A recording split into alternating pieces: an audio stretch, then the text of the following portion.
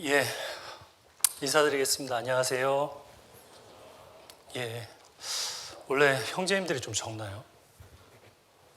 아니면 자매님들 원래 많으신가? 예, 곧 들어오실 것 같습니다. 예, 제 목소리 너무 잘 들리는 것 같은데요. 예. 함께 기도하겠습니다. 날마다 은혜와 평강을 더하시는 우리 주님 감사합니다. 하나님과 상관없이 살았던 저희들을 하나님께서 긍휼히 여겨주셨습니다. 하나님을 대적하며 살았지만 주님께서 끝까지 저희를 포기하지 않으셨습니다.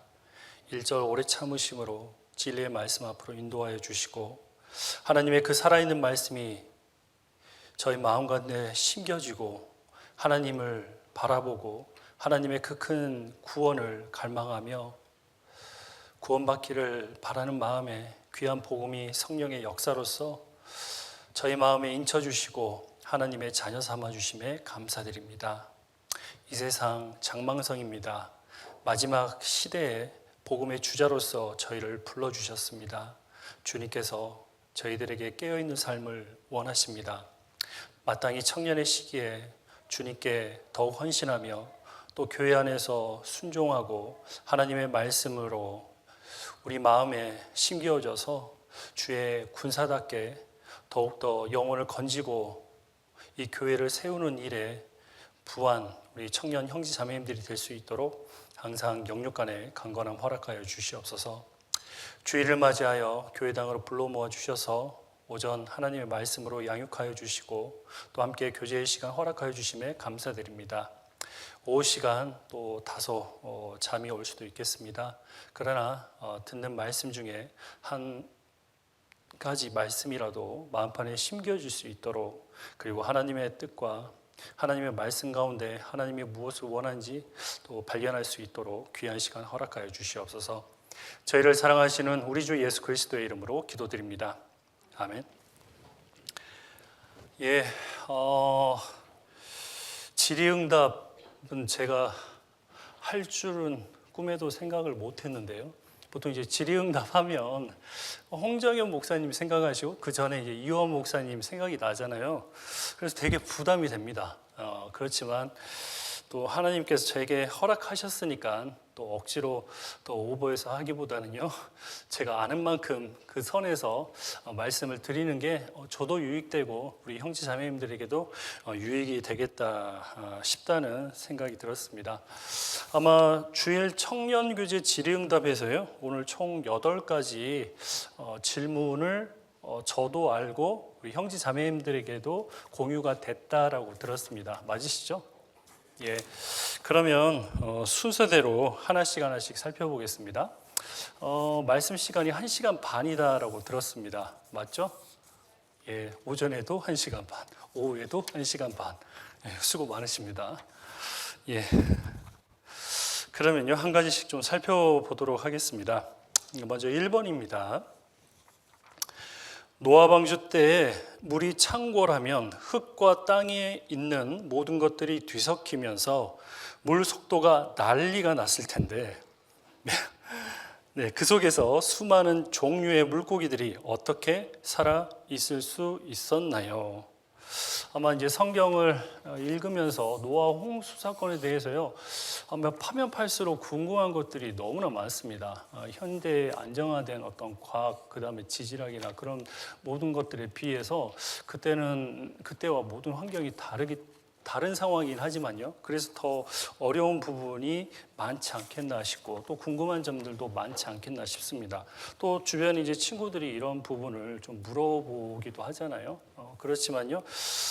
먼저는 이거를 이제 뭐 내가 아는 것도 중요하지만 주변에 하나님을 모르는 사람에게 이제 노아 홍수 사건에 대해서 한마디라도 더 확신을 갖고 이제 설명해 주는 차원에서 이것도 필요하겠다 싶습니다. 자, 그런데 이제 먼저 알 것은요, 세상 사람들은 자기 생각과 기준에 의해서 성경을 이해하려고 하고 있습니다. 자신의 생각, 자신의 살아오면서 경험, 그리고 자기가 아는 과학적인 지식들, 고고학적인 어떤 것들, 또 외부의 어떤 정보들을 바탕으로 성경에 대해서 접근합니다. 그렇게 돼가지고 이제 질문을 받게 되면요, 좀 당황스러울 수도 있죠. 왜냐하면 내가 온전히 뭐 과학적인 부분이나 그런 것들을 알 수 있는 부분이 아니기 때문에 그렇습니다. 그런데 이제 중요한 것은요, 성경은 하나님이 주신 말씀입니다. 근데 하나님께서요, 우리에게 귀한 말씀을 주셨는데요, 하나님 자신은 우리에게 하나님 말씀을 선포하시면서 이해나 설명을 요구하시지는 않았습니다. 우리에게 하나님 말씀이 이렇다, 이해를 촉구하거나 어떤 설명을 촉구하려고 하신 분이 아니십니다. 하나님은 그냥 선포하셨잖아요. 태초의 말씀이 계시니라 라고 그냥 선포하셨습니다. 사람들이 믿던 안 믿던요, 하나님은 그게 진리고 사실이기 때문에 사람들을 향해서 선포하셨습니다. 그래서 자칫 어떤 과학적인 사실이라든지 고고학적인 증거들을 바탕으로 이것을 내가 그들에게 설명을 해줘야지 라고 하면요, 한계가 있습니다. 왜냐하면 내가 모르는 것들이 너무나 많거든요. 세상의 어떤 지식들을 내가 다 알 수는 없습니다. 그리고 그 분야에 대해서 물어보면 당연히 모르고 대답 못할 수도 있죠. 그러나 이제 중요한 것은 흐름 자체는 구원받은 그리스도인이 전도를 위해서 뭔가 얘기를 한다면 하나님의 말씀의 중심으로 그리고 당당하게 선포하던 그런 마음으로 얘기를 하는 것이 맞겠다 싶습니다. 그래서요, 무엇보다도요, 성경보다 자칫 잘못하면 과학적인 어떤 근거나 사실을 앞세워서는 안 될 것입니다. 자, 만약에 어떤 분이 이렇게 상담하다가 이런 분이 있습니다. 쭉 말씀 듣다가요, 잠깐 멈춰보라고, 이거 설명 좀 해주시라고. 근데 그게 한두 번 할 줄 알았더니요, 듣고 이해가 되네, 오케이. 근데 또 듣다가요, 또 잠깐 멈춰보라고, 이거 설명해 주시라고. 또 설명합니다. 네, 넘어갑시다. 이렇게 계속 가봐요. 근데 그 사람은 이게 반복적으로 된다는 건 무슨 말일까요?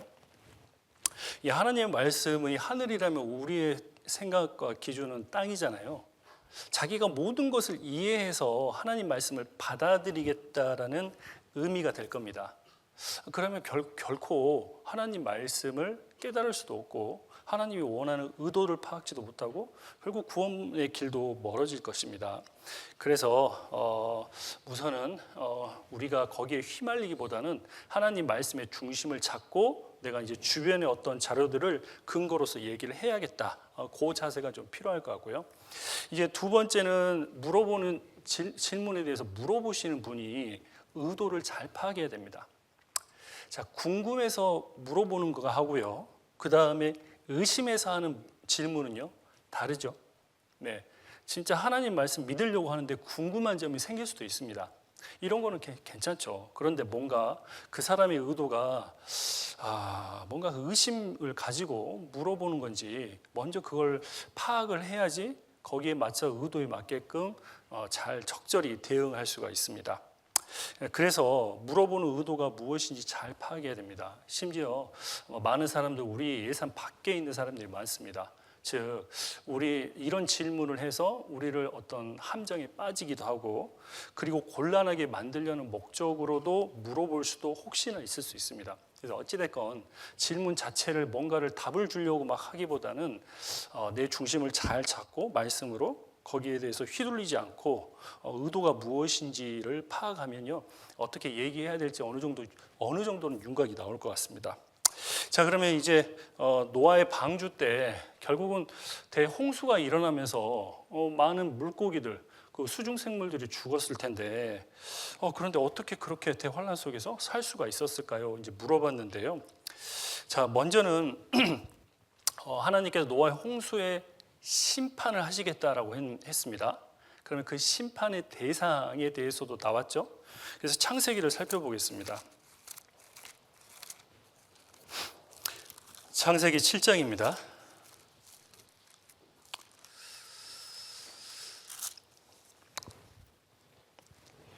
창세기 7장 21절 22절입니다.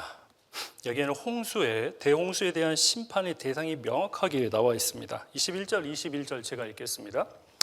땅 위에 움직이는 생물이 다 죽었으니 곧 새와 육축과 들짐승과 땅에 기는 모든 것과 모든 사람이라.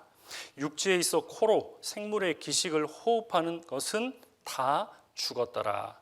생물이 다 죽었고 22절에 다 죽었더라라고 했는데요. 모든 생물이 아니죠. 한정을 지었습니다. 땅 위에 21절에 땅 위에 움직이는 생물이라고 했습니다.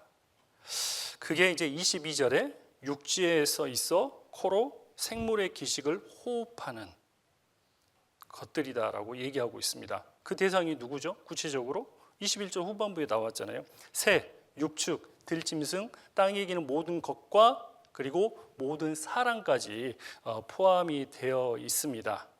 자, 그래서 여기를 보면요, 일단은 심판의 대상이 육지의 동물, 살아가는 것들이었습니다.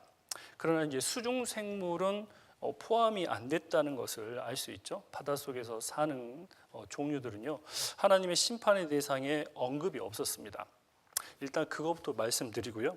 그 다음에 이제 이 노아의 방주, 노아의 홍수 사건은요, 전무후무한 정말 전 지구적인 대홍수였습니다. 전 지구적인 대홍수였기 때문에요, 정말 지구상에요 대격변이 있었을 겁니다. 그것을 짐작할 수 있는 말씀 구절이 11절입니다. 자, 11절입니다. 노아 600세 되던 해에 2월 곧 그달 17일이라. 그날에 큰 기품의 샘들이 터지며 하늘의 창들이 열려 40주야를 비가 땅에 쏟아졌더라. 40일 밤낮으로 현재는 비가 올 수는 없죠. 그만큼 비가 내릴 소스가 없기 때문에 그렇습니다. 근데 40일 주야로 비가 땅에 쏟아졌더라라고 했는데요, 그 쏟아진 하늘의 창들이라라고 얘기하고 있습니다. 잘 아시겠지만 궁창 위에 물층을 얘기하고 있을 겁니다. 그리고 그뿐만 아니라 큰 기품의 샘들이 터졌다라고 얘기하고 있죠. 그러니까 큰 기품의 샘들입니다. 얼마큼 크고 얼마큼 깊을지 모르겠지만 전 지구가 물에 휩쓸릴 정도면요, 정말 큰 지구상 이 대륙에 격변이 있겠다라는 것을 유추해 볼 수가 있습니다. 자, 그래서요, 그때 당시에 어떤 바다의 어떤 염도, 그리고 수온, 그리고 육지뿐만 아니라 바다에 사는 생물들도요, 대격변 속에서 견뎌야만 했었을 겁니다. 그런데 이제 그래서 당연히 수중에 있는 물고기라든지 생물들도요, 당연히 많이 죽었을 겁니다. 많이 죽었는데요, 다 죽지는 않았을 겁니다. 완전히 죽은 것은 아닐 겁니다. 그래서 물고기 일부는 죽고 물고기 일부는 살기도 하였습니다. 그래서 그때 당시에서요, 어떤 민감한 수중 생물들은 죽음을 초래할 수도 있었을 겁니다. 환경 변화에 적응하지 못하고 대응하지 못하고 죽을 수도 있었겠죠. 그러나 그 반대로요, 일부 생존력이 강한 어떤 물고기들도 존재했을 겁니다. 제가 유튜브 보니까, 그리고 우리 전도 집회 때 일전에 썼던 자료 중에 하나가요, 열수공 들어보셨습니까? 바다의 심층에 300도에 400도 끓는 물이 나오는 곳에 거기에 많은 해양 생물들이 살아가는 것을 영상으로 보여준 적이 있습니다. 이 생존력이 강한 거죠. 그리고 또 이제 건기가 되면요, 물이 점점 빠지겠죠. 다 빠지다가요, 완전히 물이 없는 상태로 그 다음에 이 호수라든지 그 부분에서 쪽쪽쪽 다 갈라졌을 겁니다. 이 물고기가 절대 살 수 없거든요. 근데 유튜브를 보니까요, 그 안에 파보니까 물고기가요 말라 있었습니다. 딱 봐도 그냥 죽은 것 같거든요. 근데 물을 좀 넣어보니까 어땠습니까? 그 물고기가 다시 살아나거든요. 그래서 우리는 잘 이해하지 못하지만 하나님의 능력과 하나님의 인도하심으로요, 그 중에서도 생존력이 강한 어떤 수중 생물들은 반드시 살았음을 알 수 있었을 겁니다. 자, 그렇다면 일부는 죽고 일부는 일부는 죽고 또 일부는 살아남았겠지만요, 오늘날 이후에 수많은 물고기 종류가 여전히 존재하잖아요. 그럼 그건 어떻게 생겼을까? 자, 그래서 하나님은요, 여기에 대한 단서도 줍니다. 비록 물고기뿐만 아니라 모든 생명체, 기원에 대해서 얘기해주고 있는데 먼저는 이제 수중에 대한 생명체부터 얘기하겠습니다. 창세기 1장입니다. 예, 창세기 1장 21절입니다. 하나님이 큰 물고기와 물에서 번성하여 움직이는 모든 생물을 그 종류대로, 날개 있는 모든 새를 그 종류대로 창조하시니 하나님 보시기에 좋았더라. 여기서 이제 저희가 전도집회 때 잘 듣던 종류대로 나와 있습니다. 종이다라고 했잖아요. 종의 기원에 대해서 부분도 전도집회 때 들어보셨을 건데요. 하나님은 종류대로 만드셨습니다. 그런데 종 간의 이동이 될 수 있습니까? 없습니까? 물고기가 양서류가 될 수 있습니까?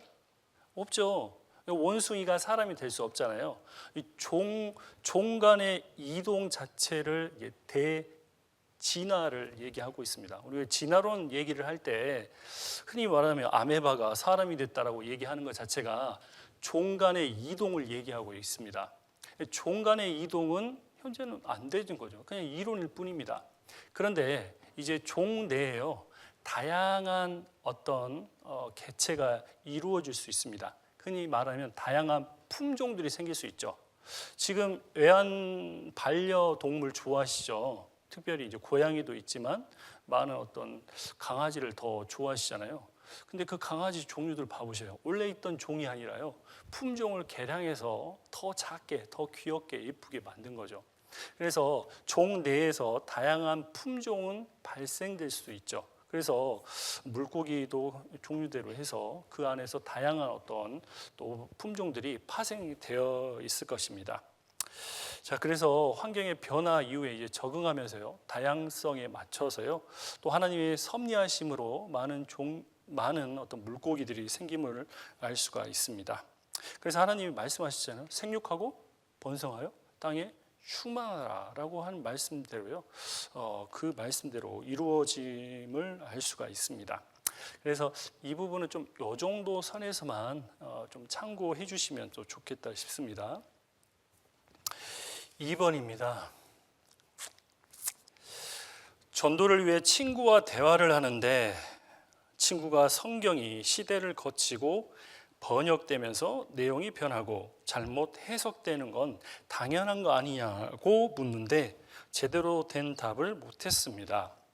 하나님의 존재를 믿지도 않는 이 친구에게 어떻게 설명했어야 할까요? 변하지 않았다는 확실한 증거나 자료가 있을까요?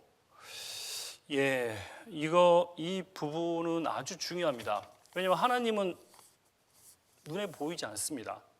그러나 하나님께서 자신을 증거하기 위해서 눈에 보이는 하나님의 말씀인 성경을 주셨습니다. 그래서 전도집회 내용이요, 1차적으로는 성경의 신뢰성을 갖게 하는 것이잖아요. 성경의 신뢰성을 갖는 가운데 하나님의 살아계심과 현세뿐만, 이 세상의 땅의 일뿐만 아니라 하늘의 일, 내세의 일까지도 믿어질 수 있도록 하신 겁니다. 그래서 성경에 대한 신뢰를 갖는 것은요, 너무 중요합니다. 성경이 신뢰가 되지 않는다면 하나님의 존재에 대한 부분도 물음표겠죠. 그럼 하나님이 천국을 우리 각자를 보내주실 분이신데 하나님이 물음표면 천국에 대한 내세에 대한 것도 물음표일 겁니다. 그래서 그 전도, 그러니까 말씀 듣는 분들에게 있어서 처음으로 성경에 대한 신뢰성을 언급하는 것은요, 너무 중요합니다. 성경은 오래됐습니다. 잘 아시다시피. 그리고 여기도 이제 번역이 많이 되었다라고 얘기를 한 것 같은데, 시대를 거치면서 번역됐다라고 얘기하고 있는데요. 우선은 번역되는 다양한 어떤 번역이 현재는 존재하잖아요. 각 나라의 언어가 나라 수보다 훨씬 더 많으니까요. 그러나 이제 번역이 있는데 그 번역을 이전에 성경에 대한 근본적인 어떤 신뢰성에 대한 부분을 살펴보는 게 좋은데요. 먼저 이거는 이제 전도 집회 때 이용했던 것을 그냥 좀 말씀드리는 게 좋겠다 싶습니다. 전도 집회 때는 어떤 자료들이나 어떤 말씀 구절을 설명하면서요, 그 나름대로의 본인들의 어떤 의도를 가지고 얘기를 하고 있거든요. 그것까지 좀 같이 좀 설명하는 것이요, 훨씬 더 이해하는 것도 편고 저도 좀 편할 것 같습니다. 예, 먼저는요, 저는 이제 개인적으로 성경의 신뢰성을 얘기할 때요, 시편 138편을 찾습니다. 시편 138편 2절입니다. 이거는 이제 제 개인적인 부분입니다. 그냥 참고만 하시면 좋겠습니다. 이 모든 전도인들이 다 이런 방식으로 하는 건 아니니까요. 그러나 뭐 대동소이 거의 다 비슷하긴 합니다. 138편 2절입니다. 예, 같이 한번 읽겠습니다. 내가 주의 성전을 향하여 경배하며 주의 인자하심과 성실하심을 인하여 주의 이름에 감사하오리니 이는 주께서 주의 말씀을 주의 모든 이름 위에 높게 하셨습니다. 자, 성경에 대한 부분을 1일차 때 이제 설명을 하잖아요. 저는 이제 개인적으로는 138편 2절 말씀을 꼭 찾습니다. 그것도 이제 후반부 말씀이죠. 주께서 주의 말씀을 모든 이름 위에 높게 하셨습니다. 하나님은 강하고 가장 높으신 분이시죠. 세상에 어떤 것보다 가장 높은 대상이 있습니까? 없잖아요. 하나님이 존재하신다면 하나님이 가장 높으신 분이시죠.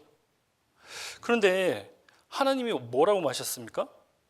보통 우리가 무언가 중요한 것을 걸 때 자신의 이름을 건다라고 얘기하잖아요. 근데 주의 모든 이름 위에 뭘 더 높게 하셨습니까?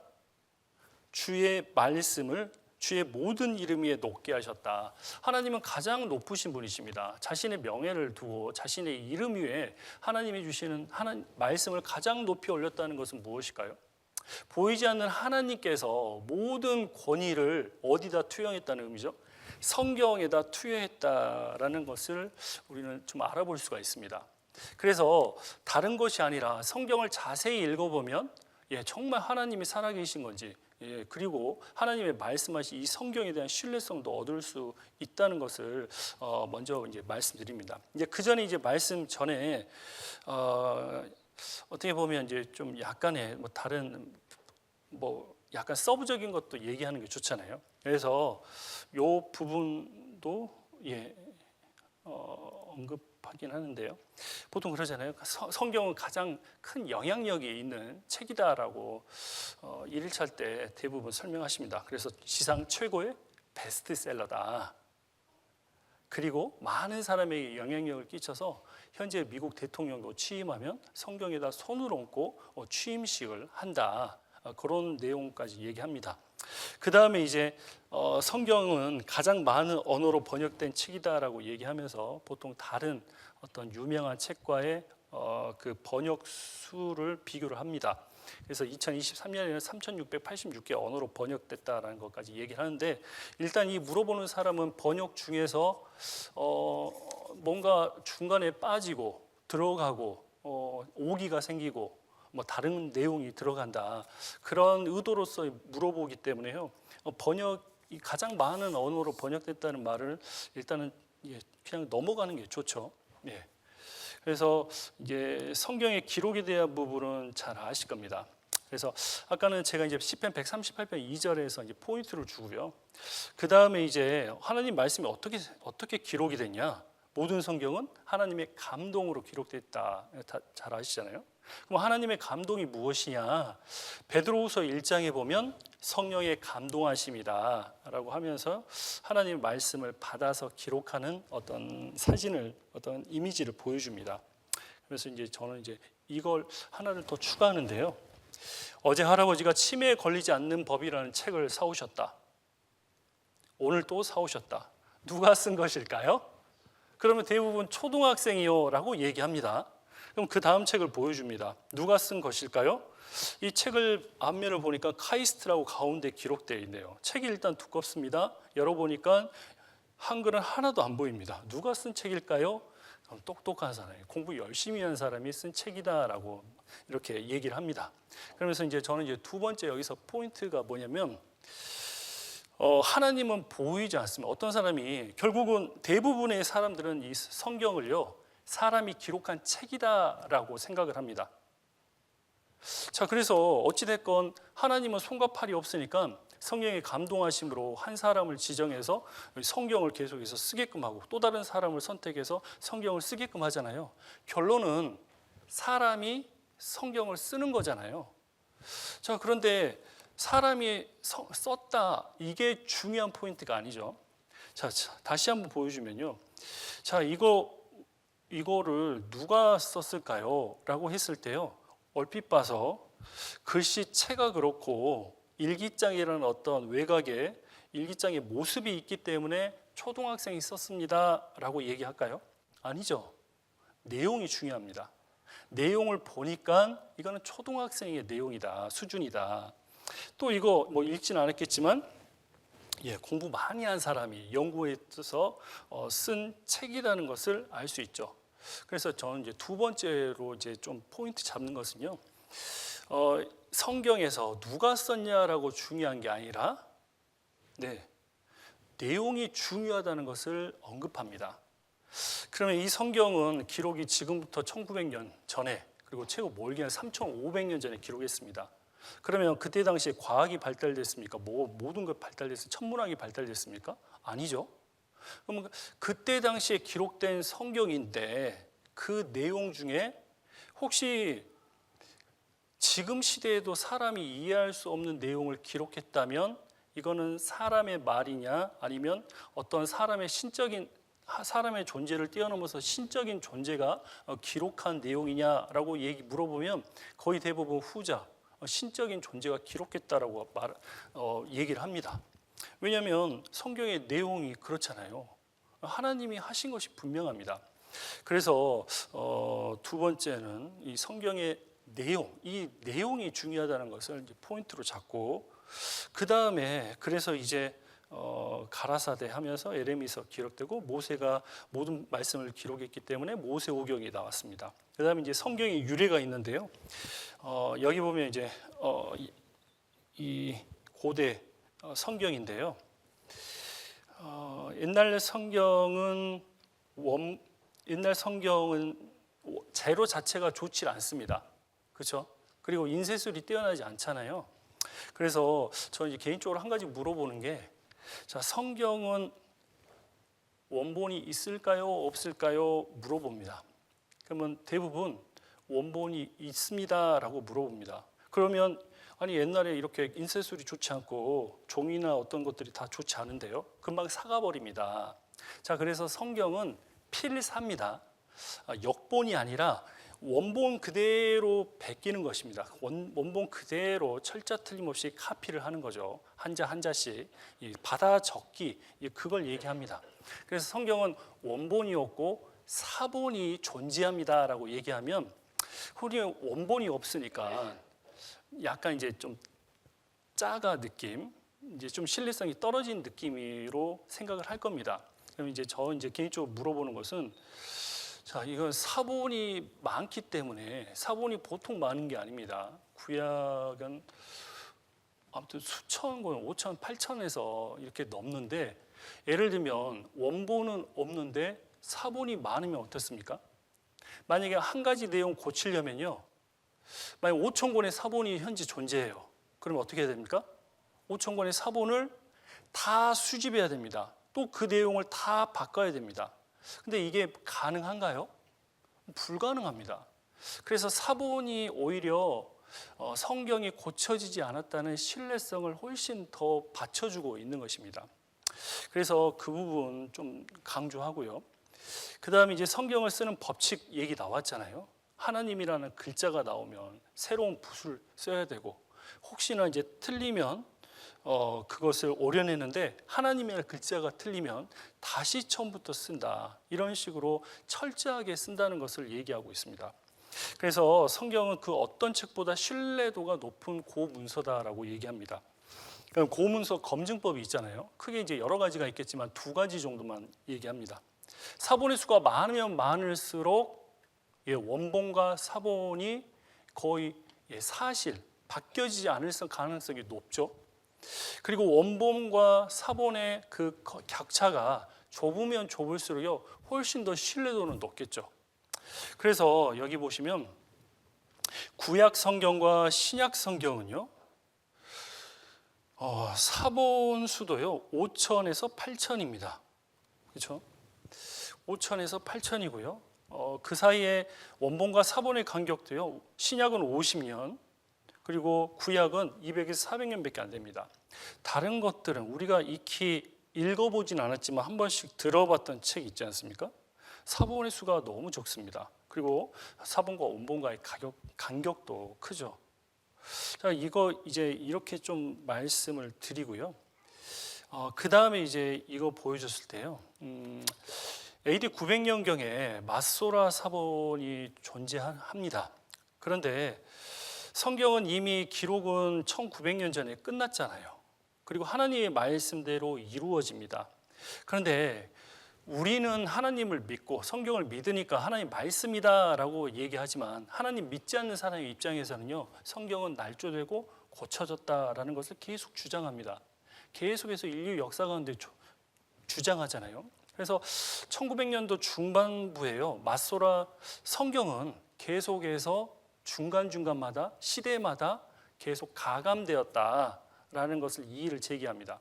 그럼 이제 제가 한 가지 또 물어보는 것이 있는데요. 이제 요걸 얘기하면서 그러면 왜 그들이 성경이 가감됐다라고 날조되었다고 중간중간마다 바뀌었다고 공격을 할까요? 라고 물어봅니다. 근데 오히려요, 그들이 만약에 이게 하나님의 말씀입니다. 성경의 3분의 1이 예언입니다. 예언이요, 하나같이 다 틀려요. 그러면 믿지 않는 사람 입장에서 성경은 고쳐졌다라고 공격할까요? 안 할까요? 안 하죠. 안 합니다. 할 필요성이 없잖아요. 그런데 하나님을 제외하고 이상하게 성경이 인류 역사대로 다 예언대로 다 이루어지는 것이 신기합니다. 그런데 하나님을 믿지 않고 하나님을 마음에 두기 싫어합니다. 그러니까 성경이 중간중간마다 그 시대에 맞춰서 흐름에 맞춰서 가감했다라는 것을 제기하는 것이죠. 그래서 오히려 그들의 질문이요, 성경은 훨씬 신뢰성이 높고 고쳐지지 않았다는 것을 더 반증하는 의미입니다. 자, 그런데 그들이 이의 제기를 했습니다. 그러면 하나님 믿는 입장에서의 그 모든 것을 다 성경은 사실이고 고쳐지지 않았다는 것을 얘기할 수 있을까요? 왜 없습니다. 왜냐하면 이때 당시에 봐봐요. 이때 당시에는 마소라 사본이 있는데요, 고쳐졌다는 걸 비교하려면 비교군이 있어야 됩니다. 근데 없었는데요, 그 즈음에 잘 아시겠지만 1947년도인가요? 48년도인가? BC 150년경, 그러니까 BC 2세경에 사해 쿰란동굴에서 사해 사본이 발견됐죠. 두 사이의 격차가 얼마나 됩니까? 대략 한 1000년 정도 됩니다. 1000년에서 1100년. 자, 그러면요, 이 둘을 비교해 보면 되겠죠. 그럼 결론은 어떻게 됐을까요? 성경 후대 몇몇 사람들에 의해 고쳐진 것이 아닌가 하는 의혹이 불식되었다라고 얘기하면서요, 성경의 신뢰성 부분에서 이제 성경 말씀에 대해서 찾을 때는 저 요 정도로 이제 설명합니다. 그리고 마지막 성경은 요한계시록 22장으로 끝나죠. 근데 22장 제일 끝부분에 이 말씀이 있습니다. 즉 잘 하시잖아요. 암송도 하신 말씀. 지금 무엇입니까? 성경 말씀이 있는데 더해버리면, 재앙 더해버리고 저주 더해버리겠다. 이거 말이 안 맞는데 성경 빼버리면요, 내가 네게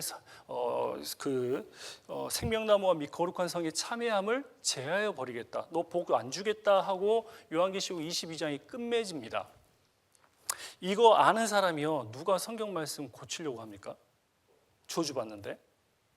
그래서 성경은 고쳐지기가 어렵고 신뢰성이 높은 것을 얘기합니다. 이제 여기에다가 이 성경에 대한 어떤 고고적인 사건, 역사적인 사건을 좀 더 구체적으로 설명하면 훨씬 더 신뢰성이 오겠죠. 근데 이걸 이제 설명할 때요, 감정적으로 하기보다는요, 조근조근하게 어떤 팩트 위주로 이렇게 설명을 해주는 것이 훨씬 더 설득력이 있을 겁니다. 그리고 오늘날은요, 성경이 많은 언어로 번역됐습니다. 구약 시대에는 잘 아시다시피 헬라어하고 일부 아람어로 기록이 됐죠. 그리고 이제 신약 시대 그때 당시에 공통어, 뭐죠? 헬라어죠. 헬라어로 기록이 되어 있습니다. 근데 그 기록이요, 아까 얘기한 것처럼 필사의 개념입니다. 받아쓰기의 개념입니다. 그러나 지금은요, 그 원본을 가지고 이제 다른 나라의 언어로 번역이 돼야 됩니다. 그러면 이제 이 원본에 대한, 이 사본에 대한 신뢰성을 인정하겠는데, 그러면 나라가, 언어가 바뀌면서 번역되는 성경에 대한 신뢰성에 대한 부분을 얘기를, 언급을 할 수 있는 거잖아요. 지금 이분이 물어보는 것처럼. 자, 그런데요, 성경 번역을 할 때 원본은 존재 않는다라고 얘기합니다. 그러나 원본만큼 사본의 신뢰성은 두터운 편입니다. 그래서 가장 신뢰할 수 있는 그 본문을 수집을 합니다. 그리고 그걸 신뢰할 수 있는 그 사본, 확정본을 가지고, 그걸 가지고 이제 각 나라의 언어로 번역을 하게 되죠. 근데 각 나라의 언어로 번역을 할 때요, 본문의 핵심적인 부분이나 교리는 그대로 유지해서 이 번역이 이루어지는 것입니다.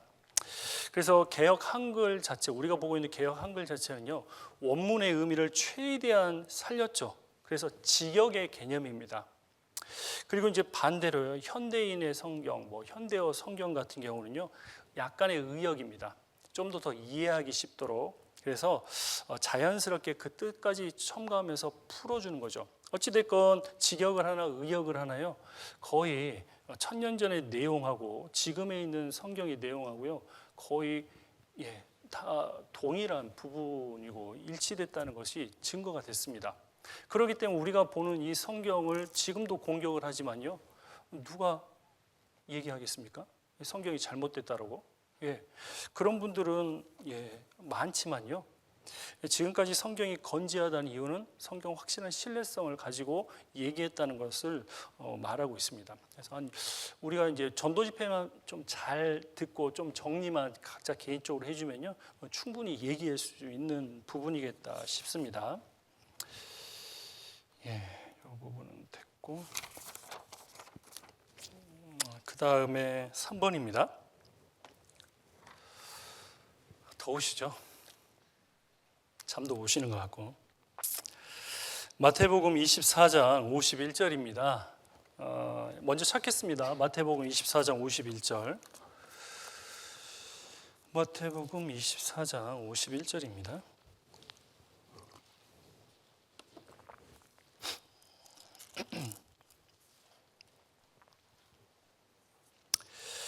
마태복음 24장 51절입니다. 어미 때리고 외식하는 자의 받는 율에 처하리니 거기서 슬피 울며 이를 갈미 있으리라. 자, 3번입니다. 마태복음 24장 51절에서 여기서 말하는 종은 마지막 시대에 하나님이 교회 안에 거하지 않고 자기 마음대로 사는 그리스도인을 의미하는 것일까요? 그리고 거기서는 어디를 의미하나요? 이제 물어봤는데요. 성경을 이렇게 좀 확인하고 그 뜻을 정확히 하려면 어떻게 해야 되죠? 물론 이제 그 한 구절이나 한 절을 세부적으로 살피는 것도 필요합니다. 그러나 너무 한쪽만 확 그 부분만 보면요, 밸런스가 깨지죠.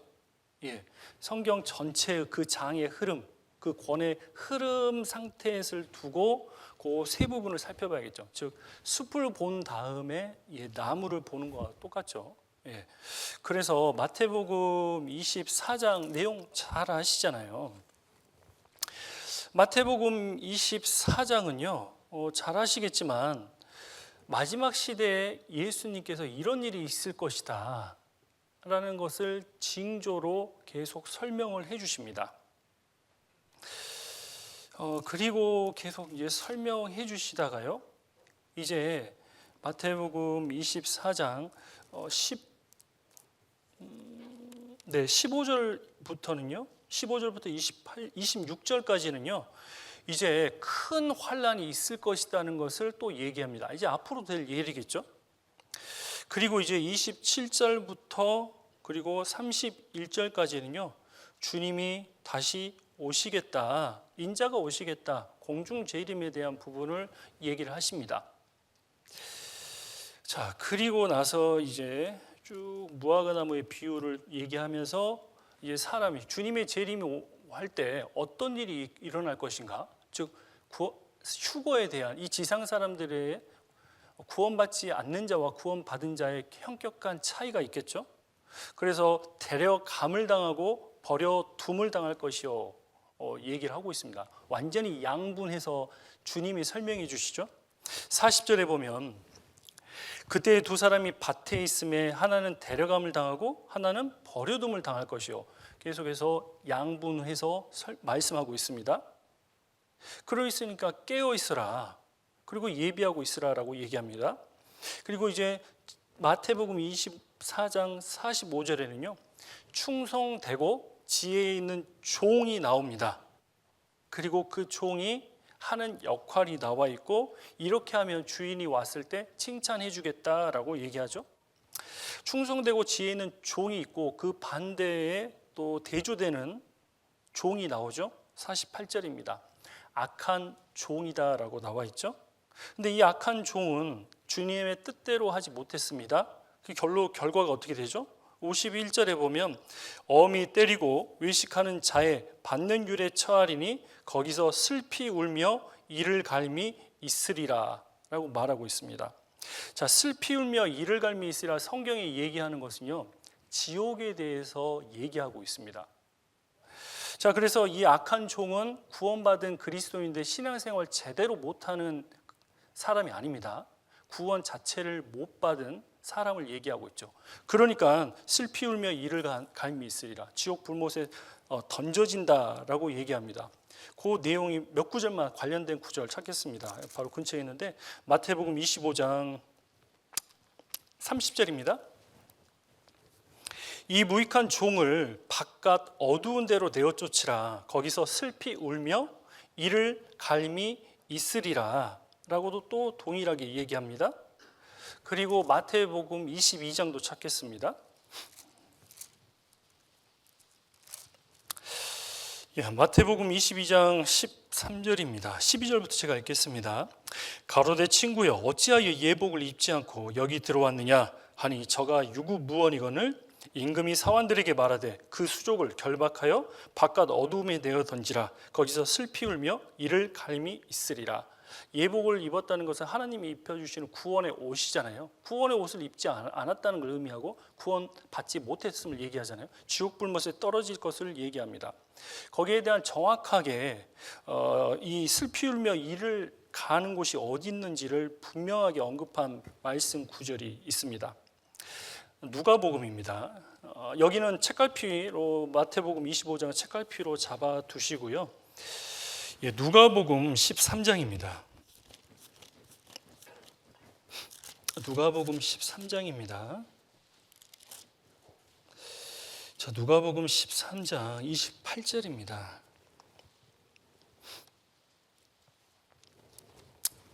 제가 읽겠습니다. 누가복음 13장 28절입니다. 너희가 아브라함과 이삭과 야곱과 모든 선지자는 하나님 나라에 있고 하나님 나라에 있다라고 언급했죠. 오직 너희는 밖에 쫓겨난 것을 볼 때 거기서 슬피 울며 이를 갈미 있으리라. 하나님 나라의 반대, 결국은 천국 반대가 지옥을 얘기하고 있습니다. 그래서 마태복음 24장에 나와 있는 그 대상은요 구원받지 않는 사람을 얘기하고 있고 결국 거기는 지옥을 얘기하고 있습니다. 근데 이제 한 가지 또 추가해서 좀 더 설명드릴 게 있습니다. 그래서 마태복음 그 24장부터 마태복음 25장까지요. 그 흐름의 맥락이 똑같습니다. 계속해서 주님이요 양분해서 마태복음 25장도 설명해 주고 있죠. 그래서 마태복음 25장에 열 처녀의 비유가 있습니다. 자, 열 처녀들은 공통점이 있고 다른 점이 있죠. 3절입니다. 마태복음 다시 25장 돌아가 보겠습니다.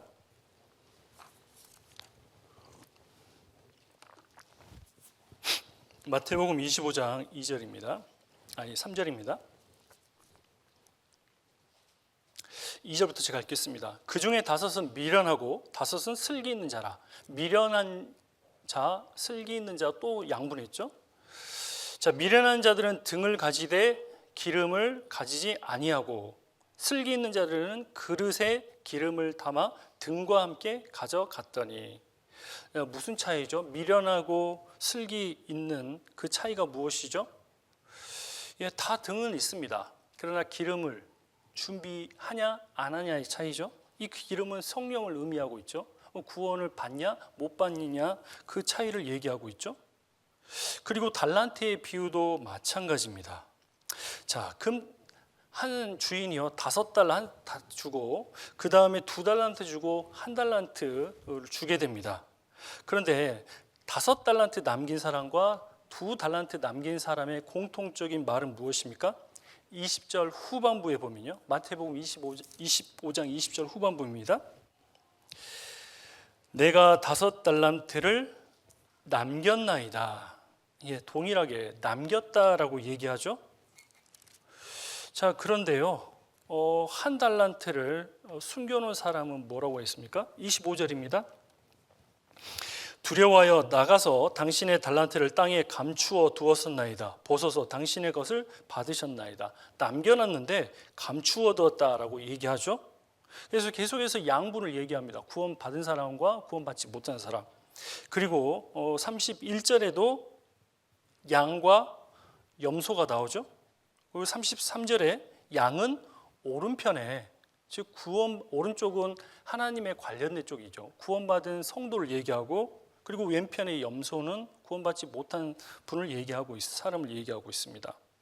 그리고 최종적으로 46절입니다. 마태복음 25장 46절에 저희는 영벌에 의인들은 영생에 들어가리라라고 얘기하고 있습니다.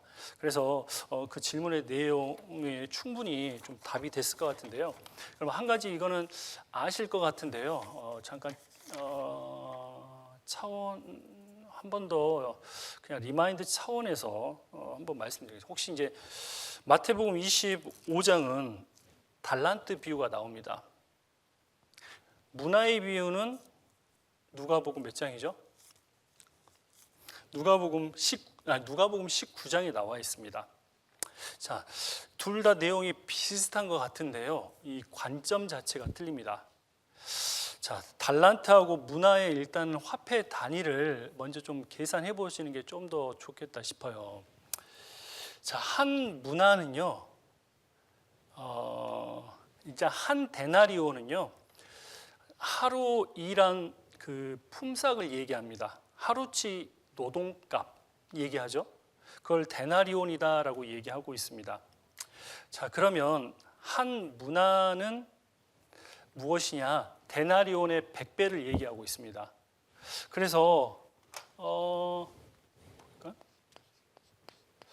자, 문화는 100 데나리온을 얘기합니다. 한 문화는 100 데나리온을 의미하죠. 뭐 잘 아시겠지만, 그러면 100일 품삯이잖아요. 100일 급여입니다. 그럼 한 달에 25일 계산하기 쉽게 한 달에 25일 근무한다면 몇 달 월급이죠? 예, 4개월 월급입니다. 4개월 급여죠. 대략 한 그냥 계산하기 쉽게 월 급여가 250이라고 하면 얼마 정도 됩니까? 현재 가치로? 네, 1,000만 원입니다. 1,000만 원. 이게 1,000만 원의 가치고 한 문화가 현재는 약 1,000만 원의 가치 정도 됩니다. 근데 달란트는 무엇일까요? 자, 달란트. 10문하면 얼마죠? 1,000만 원에 10배면 1억. 예. 그러면 1,000만 원에 60배는요? 6억이죠. 예, 어려운 거 아닌데. 자, 그래서 한 달란트는요, 60문화를 의미합니다. 그럼 얼마죠? 아까 얘기했던 것처럼 6억 원이에요. 한 달란트가 현재 가치로 대략적으로 하면 6억 원 정도 됩니다. 근데 어떤 사람은 얼마 받았죠? 5달란트. 얼마 받았습니까? 30억. 꿈의 돈이죠. 네. 그 다음에 한 사람은 2달란트 받았습니다. 12억. 그 다음 한 달란트 받은 사람도 6억 원이에요. 적은 돈인가요? 우리 시대에도? 결코 작은 돈이 아니죠. 자, 이 달란트 시장 얘기하고 있는데 재능을 의미하죠. 예, 하나님이 주신 선물, 기프트, 달란트, 재능을 의미합니다. 자, 그러면 하나님이 이걸 마태복음 25장은 무엇을 의미하냐면요, 하나님께서는 각 사람에게 재능을 풍성히 줬다는 것을 말하고 있습니다. 그러면 사람이 각 사람마다 재능이 다 다르잖아요. 다 다릅니다. 그러나 어떤 사람에게는 조금 준 게 아니라 모든 사람에게 풍성한 재능을 줬다는 걸 얘기합니다. 그리고 하나님은 뭘 원하죠? 충분한 재능을 줬으니까 그 재능으로 먼저 하나님을 발견하고 구원부터 받아라라는 것을 얘기하죠. 달란트의 비유는 먼저는 초점은 하나님이 주시는 재능으로 구원부터 받을 걸 얘기합니다. 구원받고 각자에게 하나님이 허락하신 재능 아래서 이제 그 하나님께 영광을 돌리는 삶을 살 것을 후자로 얘기해 줍니다. 근데 문화의 비유는 틀립니다. 그래서 이제 가사 한번 읽어보시죠. 5달란트하고 2달란트 남긴 사람은요, 5달란트로 5달란트 남기고 2달란트로 2달란트 남긴 사람은 칭찬이 똑같죠? 예, 구원 받았으니까 그렇습니다. 자, 근데 누가복음 19장에 나와 있는 문화의 비유는요 다릅니다. 누가복음 19장 한번 가겠습니다. 다 못 끝낼 것 같은데. 누가복음 19장입니다.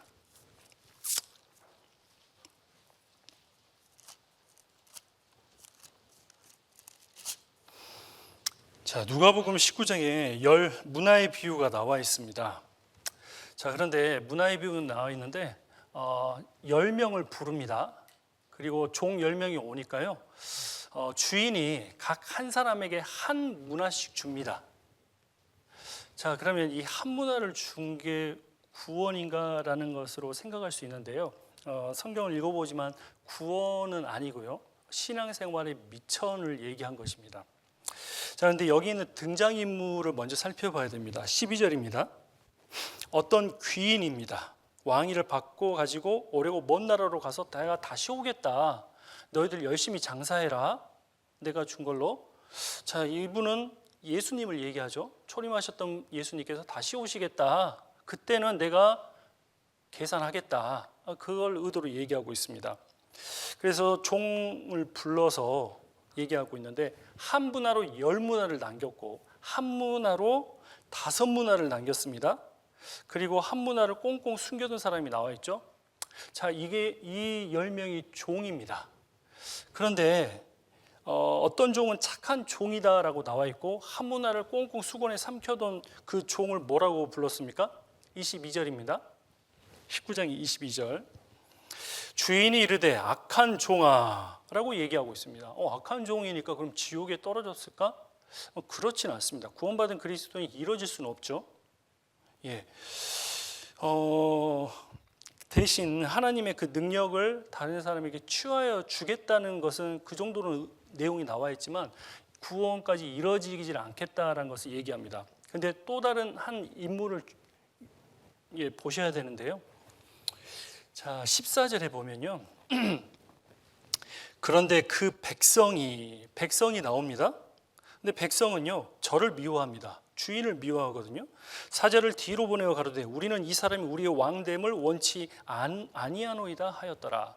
메시아가 오셨는데 메시아를 거부하는 사람들입니다. 백성들. 물론 그때 당시에 유대인을 먼저는 얘기하고 있지만 최종적으로 무엇이죠? 하나님을 거부하는 사람, 예수님을 거부하는, 복음을 배척하는 사람이죠. 자, 그래서 이 백성이 무엇라고 말하는지 27절에 나와 있죠. 그리고 나의 왕됨을 원치 아니하던 저 원수들이다라고 말하고 있습니다. 하나님 앞에, 주님 앞에 원수, 즉 구원 안 받았다. 그래서 내 앞에서 죽이라 하였느니라. 지옥 같다는 의미입니다. 그래서 신앙생활 가운데서요, 한 문화로 10문화 남긴 사람입니다. 10은 완전 숫자잖아요. 근데 주인이 어떻게 칭찬했죠? 19장 17절입니다. 주인이 이르되 잘하였다 착한 종아라고 말합니다. 그런데 이제 5문화 남긴 사람은 뭐죠? 칭찬만 빠졌습니다. 그리고 보상을 말하죠. 19절입니다. 주인이 그에게 이르되 너도 5 고을을 차지하라 하고. 그래서 구원받은 그리스도인이 하나님의 말씀대로 온전히 순종하냐, 내 생각과 내 경험을 앞세운 것보다는 하나님의 말씀이 그렇다고 하면 하나님 말씀을 가지고 주님을 시원스럽게 하는 종, 그 종을 잘하였다 착한 종이다 하고, 신앙생활을 하는 가운데서 내 어떤 수단과 방법으로도 신앙생활을 하는 그리스도인도 있잖아요. 주님은 얘기하죠. 그 칭찬은 빠지고 대신 보상은 해주는 것을 알 수 있습니다. 그리고 한 분 하나 숨겨놓은 사람은요, 결국은 별이라도 찾으라, 은행에 놓지 않느냐. 신앙생활을 구원만 받고 신앙생활을 못했기 때문에요, 이 주인을 오해하고 있습니다. 뭘 오해합니까? 주인 21절에 나와 있잖아요. 이는 당신이 엄한 사람임을 내가 무서워함이라. 당신은 두지 않은 것을 취하고 심지 않은 것을 거두나이다. 당신은 엄하신 분이십니다. 자, 구원받은 이후에요, 하나님의 자녀들을 하나님을 엄한 사람으로 봅니까? 무서운 재판장으로 봅니까? 아니잖아요. 아버지라고 부릅니다. 그런데 그 관계가 써먹써먹해지고 좋지 않죠. 교회에 붙어있지 않고 내 나름대로의 세상 속에 빠져 있다 보니까요, 하나님에 대해서 오해하는 거죠. 하나님은 무서운 분이다, 나에게 늘 징계만 주지, 뭐 그렇게 생각하는 거죠. 그리고 하나님은 모든 걸 다 주셨거든요. 근데 막상 자기 일을 보니까 아무것도 없는 겁니다. 하나님이 내게 뭐 주신 것도 없는데 봉사하라고 하고, 주신 것도 없는데 더 열심히 하고 전도하라고 해. 딱 이런 모형이죠. 왜 오해했을까요? 은행에 별일을 얻어야 되는데 교회 안에 거하지 못하니까요, 오해함을 알 수가 있습니다. 그래서 누가복음 19장은 마태복음 25장의 달란트 비유와 흡사 내용은 비슷하지만 신앙생활에 대해서 얘기를 해주고 있습니다. 그래서 이 정도만 조금 차이를 좀 이해해 주시면 좋겠다 싶습니다. 30분 남았습니다. 신앙 1시간만 하고 그만하려고 했는데요, 생각보다 진도가 너무 안 나가는 것 같습니다. 4번입니다. 욥의 세 친구들이 욥에게 정죄를 하는 것이 어떤 교훈을 알려주고자 하시는 것인지 궁금합니다. 이 정죄가 잘못된 거였는지, 잘못된 거였다면 욥의 세 친구들은 어떤 말과 행동을 했어야 했는지 궁금합니다. 욥기서인데요. 자, 욥기서는 먼저 기본적으로 조금 설명을 좀 드리는 게 좀 좋겠습니다. 욥의 이제 세 친구가 나오죠. 자, 그런데 성경에서는요, 어느 정도 애워야 될 것은 애우시는 게 좋습니다. 어느 정도 내가 딱 애워놔야죠. 그 틀 가지고 그 애워놓은 거 가지고 계속 살을 붙일 수가 있거든요. 근데 이걸 애우지 못하면요, 계속해서 그때마다 다시 초기해야 됩니다. 그러니까 이게 제대로 알지 못하는데, 욥기 42장에 먼저 구조만 잠깐 좀 설명을 드리겠습니다.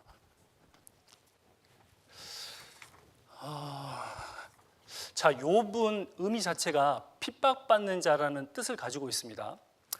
자, 첫 번째는요, 욥기는 1장하고 2장으로 먼저 구분이 됩니다. 자, 욥기 1장, 2장은요, 전혀 예상하지 못한 욥에게 주어지는 고난이 나오죠. 그래서 욥의 고난의 시작이 나옵니다. 그렇죠? 어떻게 고난이 이루어지는지 나오는데요. 자, 이 고난의 시작에는 어떤 내용이 있냐? 2번의 마귀의 송사가 있습니다. 그리고 3번의 욥의 순전함을 드러내는 내용이 나와 있습니다. 2번의 송사는 아실 것 같은데요, 이제 욥의 3번의 순전함은 무엇이죠? 첫 번째는 부유한 중입니다. 다 부유한 중에도 하나님의 순전함을 그대로 지켰죠. 그리고 이제 두 번째 순전함은 무엇입니까? 최악의 상황이 발생됩니다. 이거는 고난 정도 수준이 아니죠. 진짜 최악의 힘든 상황이 욥에게 붙여졌죠. 첫 번째로. 그건 무엇이었습니까? 자신이 가지고 있는 모든 재산이 다 하루 사이 다 없어졌습니다. 자기의 사랑하는 모든 자녀가 다 죽어버렸습니다. 그래서 첫 번째 최악의 상황은 자신의 모든 재산과 자신의 모든 자녀가 죽었죠. 그래도 순전함을 지켰습니다. 이제 세 번째 최악의 상황은 무엇이었습니까? 욥 본인이었습니다. 본인이 병에 걸려가지고 너무 힘들어하는 상황이었습니다. 자, 그래서 욥의 이제 고난이 시작되고 친구들이 찾아오죠. 자, 이제 두 번째는요, 2장이니까 3장에서 31장으로 나눠집니다. 자, 근데 여기서 이제 3장은 무엇이 하면요, 욥의 탄식입니다. 자, 욥기 3장을 보면 내가 왜 태어났을까? 차라리 죽었으면 좋을 걸. 엄마 뱃속에서 태어나지 말 걸. 이제 그런 내용이 담아 있습니다. 욥이라는 사람이 왜 이러지? 그게 아니라요, 욥이 너무 힘드니까 탄식을 하고 있습니다.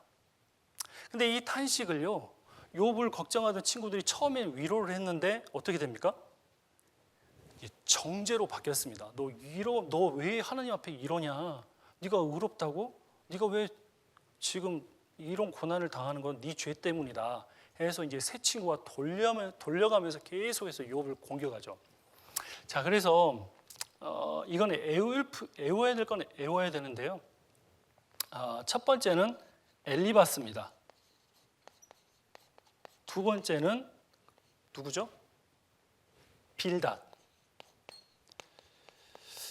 그 다음에 소발입니다.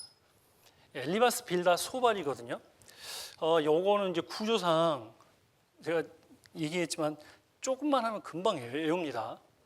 자, 저는 개인적으로는 이 방법을 좀 많이 씁니다. 6, 7, 8, 9, 0. 다이얼패드잖아요. 핸드폰 다이얼패드입니다. 자, 엘리바스하고 욥하고 이제 변론이 들어가는데 총 3번을 들어갑니다. 첫 번째는 어떻게 하냐? 자, 3장까지 왔으니까 그 다음에 뭐가 나와야 되죠? 4장이 나와야겠잖아요. 자, 그래서 4장이 나옵니다. 그 다음에 엘리바스가 또 중간에 친구들 돌려가면서 그 다음에 두 번째로 엘리바스가 욥과의 변론을 얘기하는 게 15장에 나와 있습니다. 그 다음에 또 돌려가면서 얘기하다가 마지막 세 차례 엘리바스가 변론을 합니다. 22장입니다. 그래서 뭐죠? 이거 안 보고 이제 이렇게 X로 하면 기억이 나잖아요. 4, 그 다음에 몇이죠? 15, 22장입니다. 자, 그러면 빌닷과 욥의 논쟁이 있습니다. 총 3번의 논쟁을 했죠. 자, 빌닷은 이제 요 관점에서 제 나름대로 그냥 외우기 쉽게끔 한 거니까요. 요 선에서 좀 밑으로 내려와 가지고요. 이제 4장부터 시작했으니까요. 자, 이제 8입니다. 8 시작했죠. 그래서 8로 시작하고요. 그 다음에 여기서 꺾으려고 했더니 이미 5는 들어가 있잖아요. 그래서 이렇게 꺾습니다. 그럼 몇 장이죠? 18장.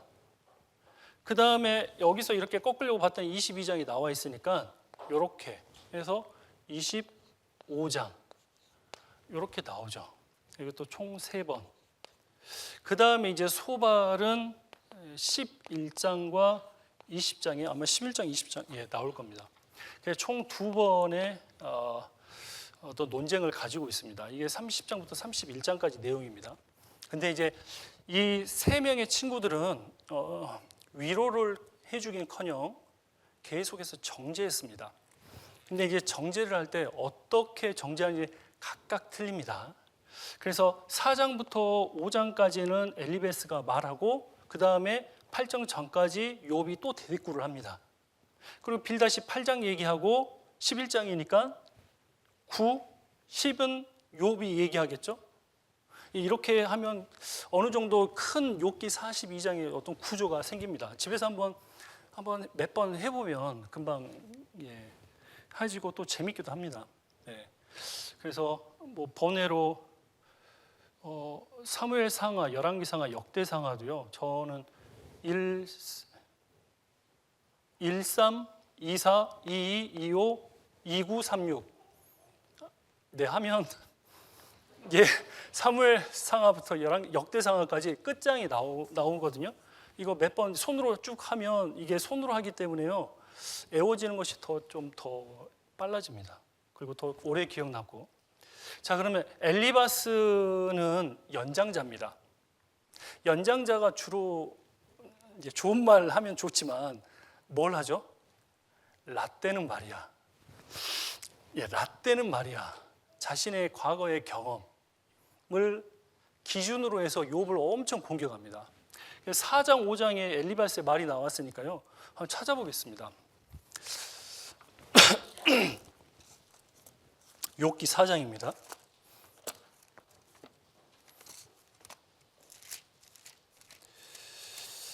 자, 욥기 4장 보면요. 먼저 8절입니다.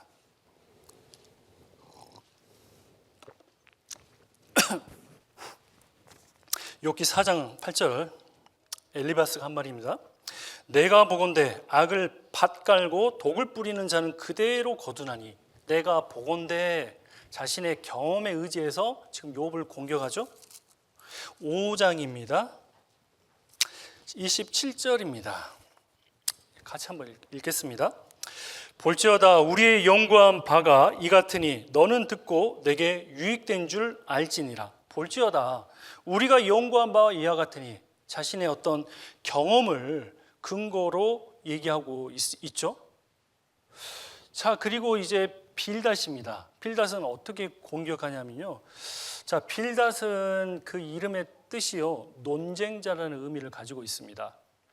자, 그런데 빌닷은 뭘로 하냐면 어떤 전통을 가지고 얘기를 하고 있습니다. 전통, 옛날에 어떤 근거와 격언을 가지고 욥이 너 이렇게 했으니까 지금 벌 받고 있는 거야 라고 계속 욥을 공격하고 있습니다.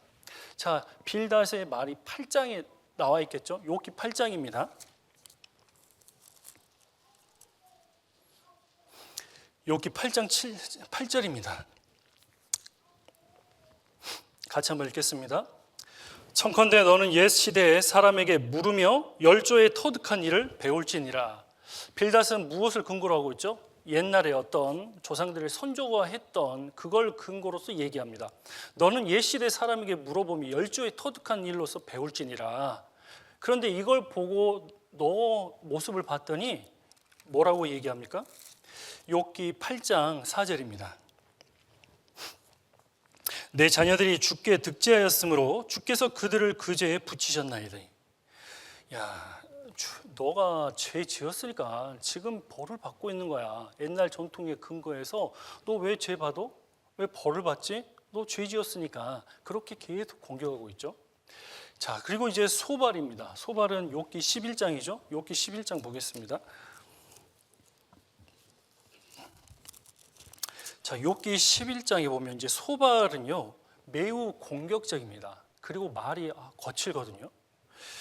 욥기 11장 6절입니다.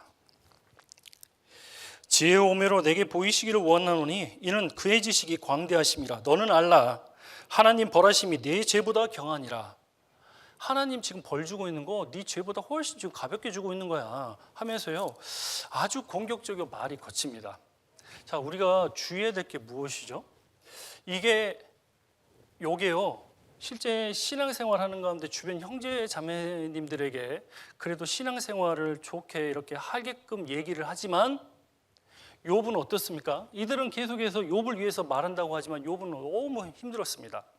욥은 사단의 2번의 송사에서도 순전함을 지켰습니다. 근데 이 친구들 때문에, 믿는 친구들 때문에요 더 힘들어졌습니다. 욥이 얼마나 힘들어졌습니까? 우리 구원받은 그리스도인들도 엘리바스처럼 라떼는 말이야 내가 경험해 이렇게 봉사를 할 땐 이렇게 해야 돼. 자, 그런데 교회는요 다 똑같지 않습니다. 그렇죠? 지금 광주교회만 계신 분들은 잘 모르시겠지만 다른 교회를 가보셔요. 자, 이 교회는 하나님의 살아있는 유기체입니다. 생명체잖아요. 생명은 다 똑같을 수가 없죠. 각자 지금도 다 다른 모양으로, 각자 다 다른 모습으로, 다른 능력과 어떤 성향이 다 다르잖아요. 그럼 하나님이 한데 뭉쳐주셨습니다. 근데 엘리바스는 자신의 경험만이 맞대. 그래서 다른 성향의 다른 사람을 계속 공격하는 일이 우리 교회에서도 일어날 수 있죠. 빌닷은 무엇입니까? 옛날에는 이런 말씀에 근거해서 하나님의 말씀은 살아있고 운동력이 있어 좌우의 날선 검 같죠? 검을 잘 사용해야 됩니다. 잘못 사용하면 찔리면 다치잖아요. 죽을 수도 있습니다. 그래서 이렇게 공격하는 분도 있고 막무가내로 자신의 혈기와 그냥 자신의 누르지 못하는 것 때문에 형제 자매들을 힘들게 하는 그런 부분도 있습니다. 이게 다 우리에게도 공통적으로 나타나는 것입니다. 그래서 우리는 이런 것들을 피해야겠죠.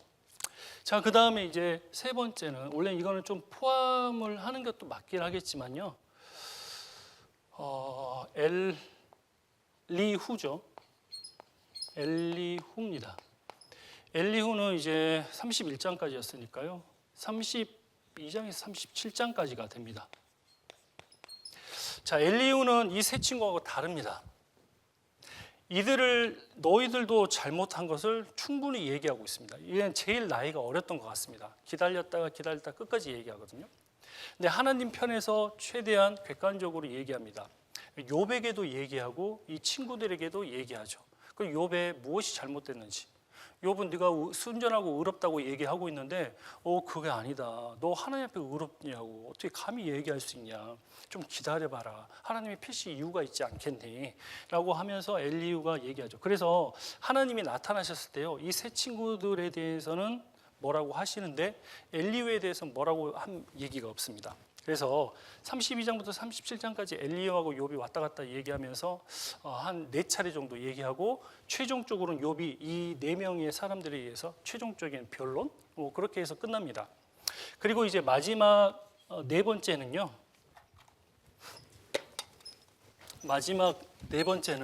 이제 하나님이 직접 개입하십니다.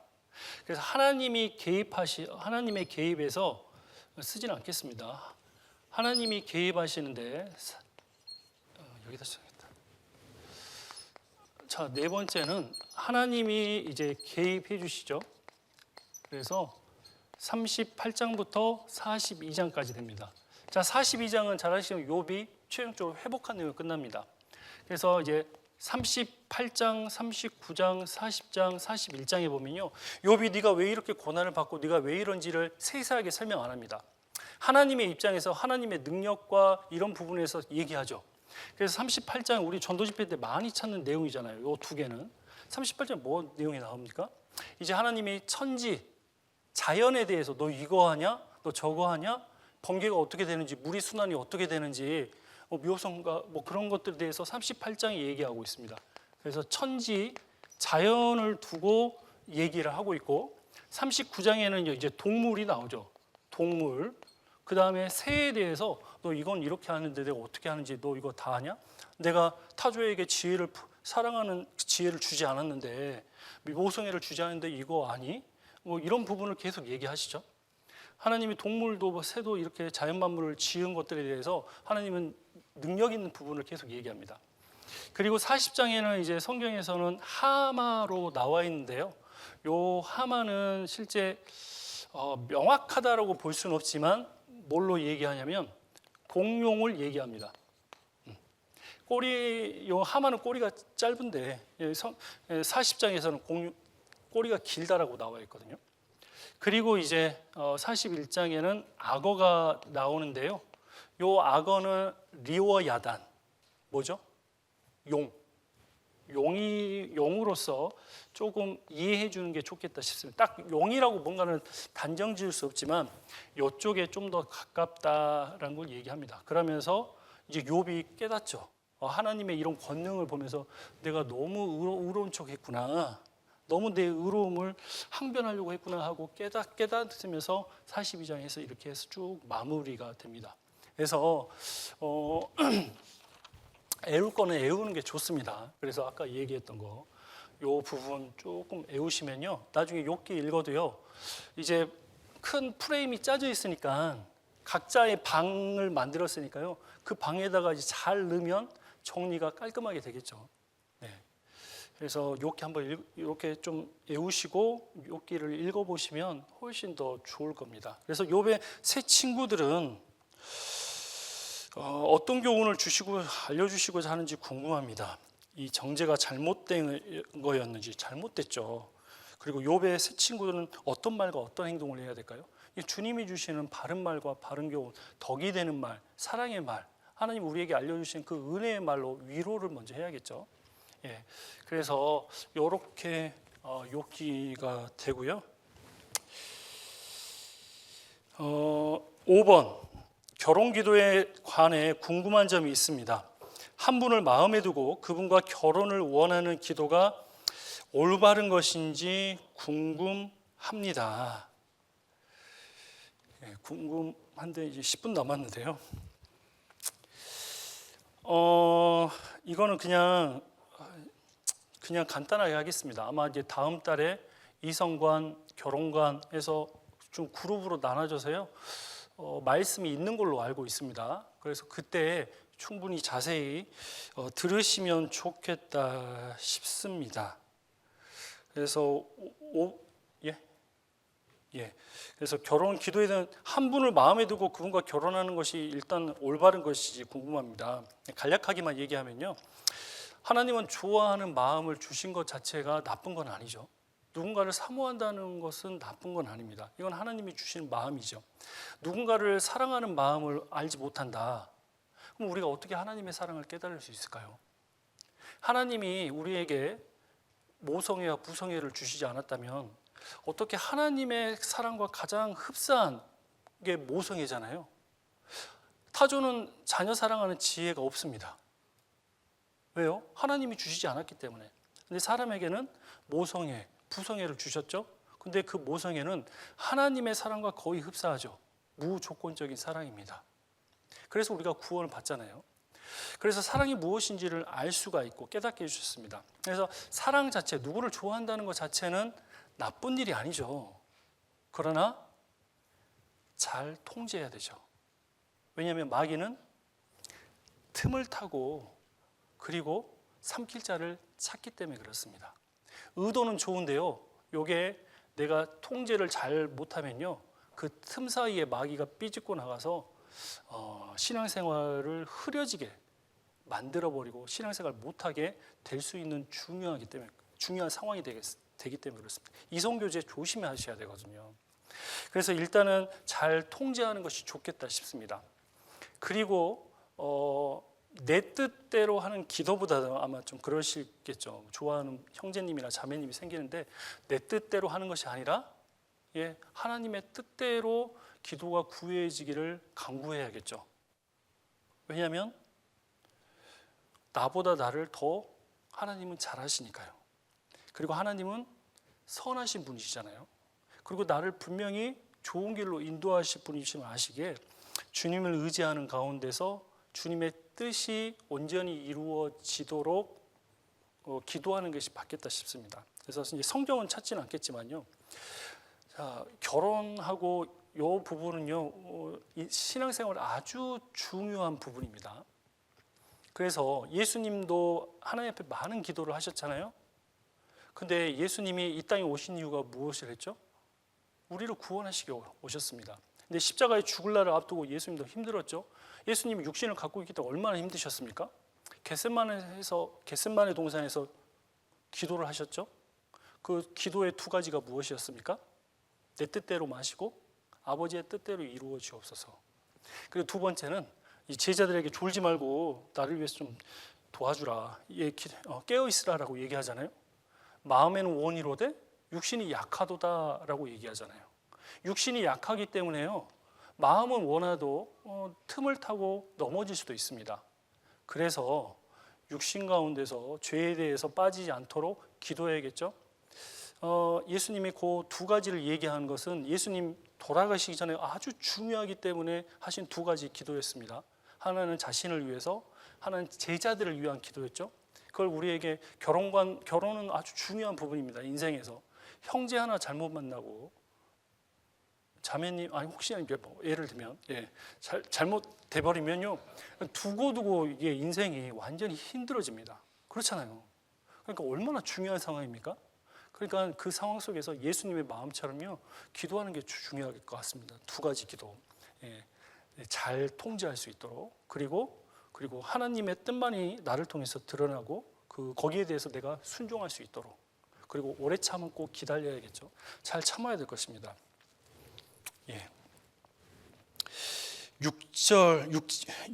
6번입니다. 잠언 21장 4절에 나와 있는 악인의 형통한 것은 다 죄니라 라고 하셨는데, 악인의 형통함이 왜 죄인지 구체적인 이유에 대해서 궁금합니다. 요거를 설명을 해야 되는데요. 설명하면 30분 지날 것 같습니다. 준비는 그래도 했는데 좀 아쉽긴 합니다. 일단 요것만 좀 참고만 하셨으면 좋겠습니다. 성경에서 죄인 나오죠? 악인 나옵니다. 그럼 죄인과 악인의 차이가 무엇입니까? 죄인도 나오고 악인도 나오는데요. 그럼 성경에 나오는 죄인의 의미하고 악인의 의미가 무엇일까요? 죄인은 영적인 근본 상태를 얘기하고 있습니다. 아담의 범죄함으로 말미암아 죄를 지을 수밖에 없는 그 죄성을 가지고 태어난 그 자체를 죄인이다라고 얘기하고 있죠. 그래서 모든 사람을 가리킵니다. 모든 사람이 죄를 범하였음에 하나님의 영광에 임하지 못하니니 내가 죄악 중에 출생하였으며 모친이 죄 중에 나를 잉태하였나이다. 이거는 이제 죄성을 가진 사람 그 자체를 죄인으로 보고 있습니다. 악인은 무엇일까요? 죄성을 가졌습니다. 근데 하나님 우리에게 자유의지를 주셨죠? 죄성을 가졌지만 하나님 앞에서 절제하고 죄를 다스려야 되죠. 근데 죄를 즐깁니다. 더 악한 일을 하는 사람들. 그래서 하나님을 대적하기까지 하죠. 죄인 자체는요, 죄성을 가지고 고의로 죄를 짓고 심지어 하나님까지 대적하는 것을 얘기합니다. 영적으로, 세상적으로 악한 사람이죠. 그래서 그 악인을 얘기하고 있습니다. 그래서 그 시편 58편 3절에 이 말씀도 우리 전도 집회 때 인용하잖아요. 악인은 모태에서 멀어졌으며 나면서부터 곁길로 나가 거짓을 말하는도다라고 얘기합니다. 여기서는 악인 나왔잖아요. 근데 성경 그 시편 58편의 앞뒤 문장을 보십시오. 여전히 범죄, 죄를 행동으로 옮겼던 사람임을 알려주고 있습니다. 그래서 악인의 가장 중요한 특징, 물론 세상 속에서 나쁜 일을 하고 다른 사람을 누르고 죄를 지어서 모든 재산을 다 자기 것으로 만들고, 물론 그런 악인이죠. 그러나 근본적으로 가장 큰 악은 하나님을 대적하는 데 있습니다. 하나님을 찾지 않는 데 있습니다. 그래서 성경에서는 이제 죄인과 악인의 차이가 그렇게 나와 있고요. 잠언 21장 4절에 악인의 형통한 것은 다 죄죠.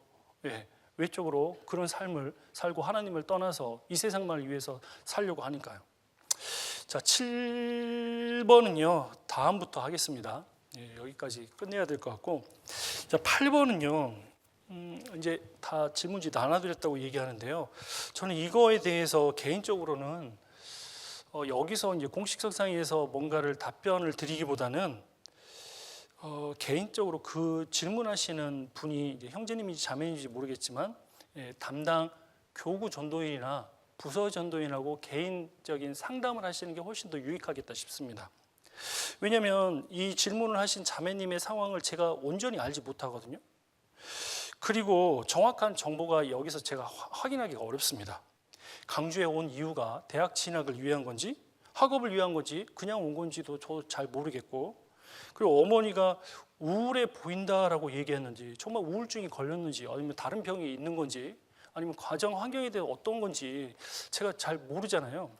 몰라서 제대로 답변 드리기가 어렵습니다. 이 부분은 개인의 구체적인 부분이 있기 때문에 이 질문하시는 분께서는 그냥 전도인하고 개인 상담으로 해서 푸시는 게 훨씬 더 유익하겠다 싶습니다.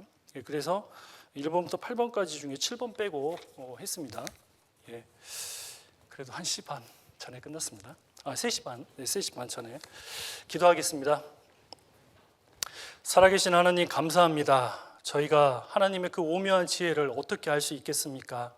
하나님께서 성령의 능력으로 저희 안에서 밝히 보여주셨기에 깨달아 또 살아갈 수 있도록 주님께서 지혜를 주심에 감사드립니다. 저희들 주님을 아는데 게으르지 않도록 마땅히 청년의 시기에 하나님을 더 사랑하고 사랑한 만큼 하나님을 더 알아가며 내 삶 가운데 하나님을 드러내고 그리스도의 향기를 낼 수 있도록 하나님 살펴주시옵소서. 오늘 오후에 정진건 목사님 복음의 말씀 베트남어 전도 집회 진행되고 있습니다. 타지에서 고생하는 낯선 외국인 그 분들에게 하나님의 사랑이 심겨질 수 있도록 구원받을 수 있도록 하나님 끝까지 함께하여 주시고, 담임 목사님과 선교팀 일행들 오후 4시에 인천공항에 오늘 도착해서 이제 광주로 내려오실 예정입니다. 오시는 광주까지 또 안전히 귀가할 수 있도록 하나님 함께하여 주시옵소서. 또 5월 19일부터 하나님께서 예배해 두신 대전도 집회가 진행될 예정입니다. 3주 정도 남은 그 시간 가치 있게 주님을 드러내고 주님의 영광을 드러내서 영혼을 건지고 세우는 일에 힘쓸 수 있도록 살펴주시옵소서. 저희를 사랑하시는 우리 주 예수 그리스도의 이름으로 기도드립니다. 아멘.